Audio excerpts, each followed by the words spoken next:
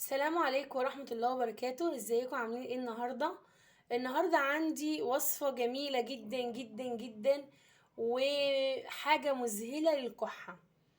هتجربيها ان شاء الله مش هتندمي. اولا اشتركي في القناة وفعلي زر الجرس عشان يوصلك كل منشوراتنا يا امامير. دلوقتي معانا وصفة النهاردة للكحة، عبارة عن القرنفل. حبة القرنفل طبعا حضراتكم عارفين طبعا اللي هو مفيد جدا لحاجات كتير. كويس جدا وليه حاجات كتيرة، يعني ممكن يعني احنا دلوقتي هو مفيد مسكن للأسنان، مفيد جدا للثة والأسنان، ومفيد تاني لحاجات كتير جدا، وللسعال. يعني بصي بطريقة مذهلة هيشيل الكحة نهائي، يعني الكحة هتروح منك نهائي. مفيد جدا لحالات السعال والكحة الخشن اللي هي الكحة الناشفة والكحة العادية. فانتي هتجربي الوصفة ديت ان شاء الله مش هتندمي. الوصفة دي حلوة جدا للكحة، حلوة جدا جدا جدا، وبتضيعلك الكحة. طبعا انتوا عارفين ان احنا داخلين على موسم الشتاء. معظم الناس بتبقى عندها برد وكحة شديدة.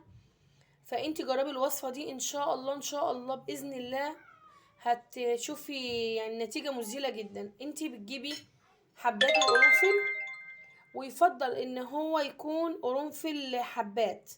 هتاخدي مثلا على قد، هنستعملها بقى ازاي.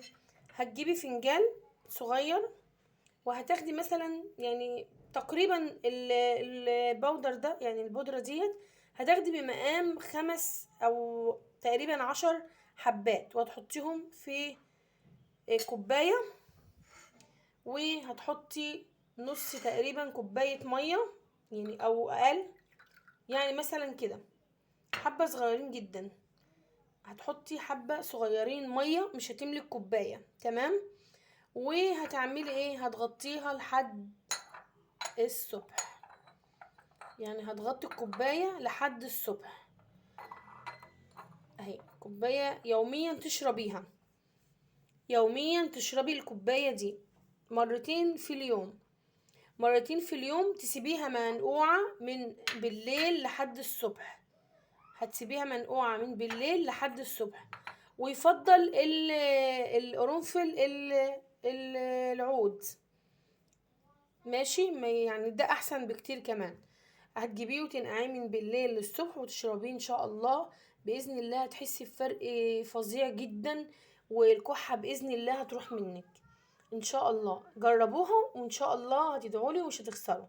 لو الفيديو عجبكم اعملوا اشتراك في القناة وفعلوا الجرس عشان يوصلك كل منشوراتنا. السلام عليكم ورحمة الله وبركاته.